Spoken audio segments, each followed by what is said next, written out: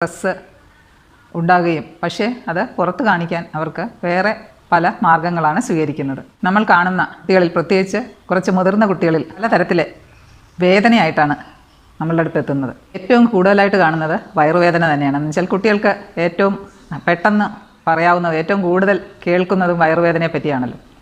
അപ്പോൾ എന്ന് പറഞ്ഞ് എല്ലാ വയറുവേദനയും സ്ട്രെസ്സിൻ്റെ കാരണം കൊണ്ടാണ്, സ്ട്രെസ്സ് കാരണമാണെന്ന് പറയാൻ പാടില്ല. എല്ലാ ടെസ്റ്റുകളും ചെയ്ത്, എല്ലാ പരിശോധനകളും ചെയ്ത് വേറൊരു കാരണം കണ്ടുപിടിക്കാൻ പറ്റിയില്ലെങ്കിൽ അത് മിക്കവാറും സ്ട്രെസ്സ് തന്നെ ആയിരിക്കും. എന്നുവെച്ചാൽ കുട്ടികൾക്ക് എനിക്ക് സ്ട്രെസ്സാണെന്നും എനിക്ക് വിഷമമുണ്ടെന്നും പറയാൻ പറ്റുകയില്ല. അത് കുട്ടി അറിഞ്ഞുകൊണ്ട് വയറുവേദന പറയുന്നതല്ല. അതായത് വയറുവേദന അഭിനയിക്കുകയല്ല, കുട്ടിക്ക് ശരിക്കും ഫീൽ ചെയ്യുന്നതാണ്. എന്തെന്ന് വെച്ചാൽ സ്ട്രെസ് ഉണ്ടാകുമ്പോൾ കുട്ടികളുടെ ശരീരത്തുണ്ടാകുന്ന ഹോർമോൺസും കെമിക്കൽസും എല്ലാം വയറിൽ ഉണ്ടാകുന്ന നെർവസ് സിസ്റ്റത്തിനെ അഫക്റ്റ് ചെയ്യുകയും അത് വേദനയായി പുറത്തേക്ക് വരികയും ചെയ്യും. കുട്ടിക്ക് ശരിക്കും വേദന ഫീൽ ചെയ്തിട്ട്